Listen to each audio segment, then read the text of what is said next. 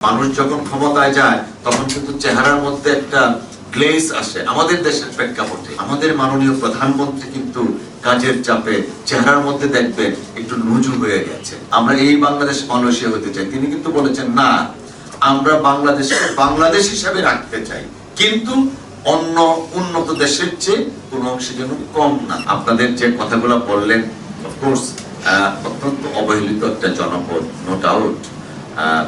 উন্নয়নের ছোঁয়া লাগেনি, বাতির নিচে অন্ধকারের মতো অনেকটা।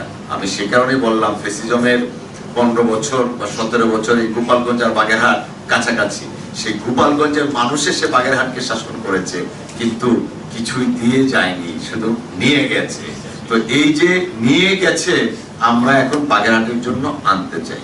অ্যাডমিনিস্ট্রেশনের সাথে পলিটিক্যাল লিডারশিপের একটা সংযোগ, একটা ব্রিজিং করা, হারমোনি নিয়ে কাজ করা, সেই জিনিসটা অত্যন্ত দরকার। আমাদের যারা আমরা রাজনৈতিক কর্মী, আমরা জনগণের পাশে থেকে জনগণের সমস্যাটা আমরা উঠাই এবং নীতি নির্ধারণী ভূমিকায় আমরা কাজ করি, বাট এক্সিকিউশনটা করতে হয় লোকাল অ্যাডমিনিস্ট্রেশনের মাধ্যমে।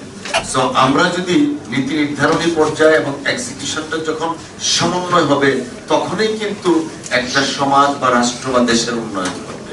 আমি দৃঢ়ভাবে বিশ্বাস করি যারা প্রশাসনে আছেন, একটা গণতান্ত্রিক ভাবে জনগণের প্রত্যক্ষ ভোটে নির্বাচিত যারা প্রতিনিধি আছেন, সরকার এবং সরকার কাঠামো যা আছে, তাকে যদি আমরা সর্বতভাবে সহযোগিতা করি, নিশ্চয়ই বাগেরহাট সহ বাংলাদেশের যে কাঙ্ক্ষিত উন্নয়ন, সেই উন্নয়ন আমরা ঘটাতে পারবো মাননীয় প্রধানমন্ত্রীর নেতৃত্বে।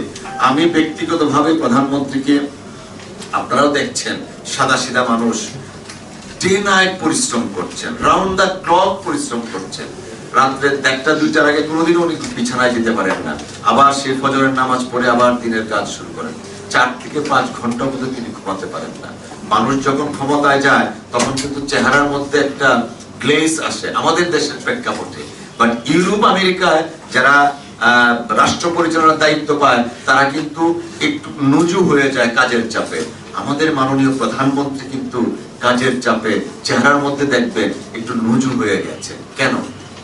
বিকজ শহীদ রাষ্ট্রপতি জিয়া রহমান সাহেবের ছেলে, যিনি 3.5 বছরে সারা বাংলাদেশকে বিশ্বের দরবারে উঁচু করে দাঁড়াবার সক্ষমতা দিয়েছিলেন, তারই সন্তান জনাব তারেক রহমান সাহেব, যিনি দিন রাত পরিশ্রম করছেন।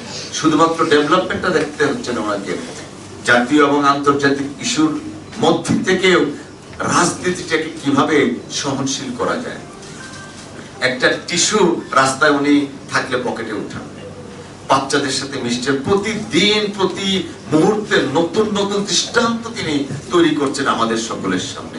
আমরা যদি সেই দৃষ্টান্তগুলোকে রাজনৈতিক ভাবে না দেখে ভিতর থেকে যদি আমরা মনে করি যে ইয়েস, আমাদেরও সেটা অ্যাডাপ্ট করা প্রয়োজন।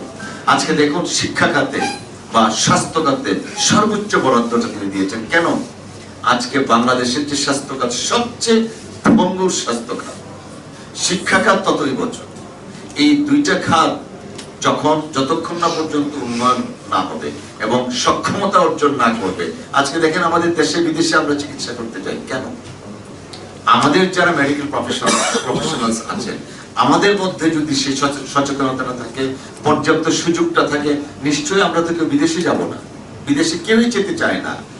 জনাব তারেক রহমান সাহেব সেই চেষ্টাটাই করছেন যেন বাংলাদেশের টাকা স্বাস্থ্য খাতে বিদেশে না যায়।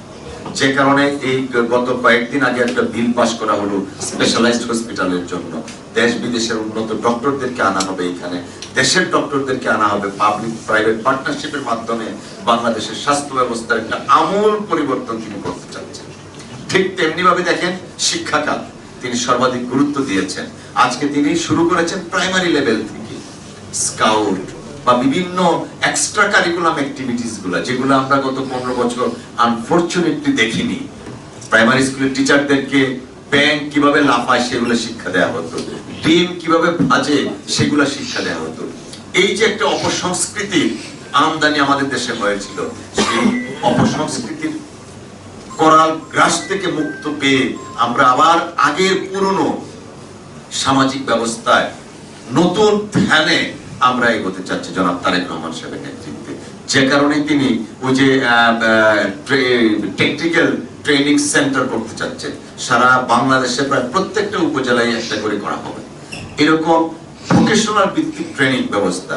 যেহেতু দীর্ঘদিন ওনার সাথে কাজ করার সুযোগ হয়েছে, লন্ডনে দিনের পর দিন উনি বাংলাদেশের কোন জায়গায় কোনটা বিশ্বায়িত আছে সেই জায়গায় তিনি সেটাকে হাত দেওয়ার জন্য চেষ্টা করছেন। তিনি সারা বাংলাদেশের প্রত্যেকটা ডিস্ট্রিক্ট, অলমোস্ট প্রত্যেকটা থানা ওনার টেবিলে আছে সার্ভে করা, কোন থানার জন্য কোন জেলার জন্য কোন জিনিসটা উপযোগী সেই জিনিসটা তিনি অ্যাডাপ্ট করতে চাচ্ছেন। বিকজ তিনি চান বাংলাদেশের একটা সামগ্রিক উন্নয়ন। এই উন্নয়নের সাথে শুধুমাত্র আমাদের অর্থনৈতিক স্বনির্ভরতা না, আমাদের মানসিকতাও উন্নয়ন ঘটাতে হবে, যেন আমরা একটা সিভিলাইজড কান্ট্রিতে পরিণত হতে পারি। আমরা একসময় শুনতাম এই বাংলাদেশকে সিঙ্গাপুর বানাতে চাই, আমরা এই বাংলাদেশ মালয়েশিয়া হতে চাই। তিনি কিন্তু বলেছেন না, আমরা বাংলাদেশকে বাংলাদেশ হিসাবে রাখতে চাই, কিন্তু অন্য উন্নত দেশের চেয়ে কোনো অংশে যেন কম না থাকে। যে কারণে তিনি তার পররাষ্ট্রনীতি ঘোষণা করেছেন সবার আগে বাংলাদেশ। আমরা যদি রাজনৈতিক কর্মী, প্রশাসন, সমাজের যারা বুদ্ধিবৃত্তিক শ্রেণী আছেন, পেশার বিভিন্ন পেশার মানুষ যারা আছেন, প্রত্যেকে যদি একসাথে কাজ করি, একটা হারমোনিয়াসলি যদি কাজ করি, তাহলে সত্যিকার অর্থেই সবার আগে বাংলাদেশ সেটা আমরা প্রতিষ্ঠা করতে পারি।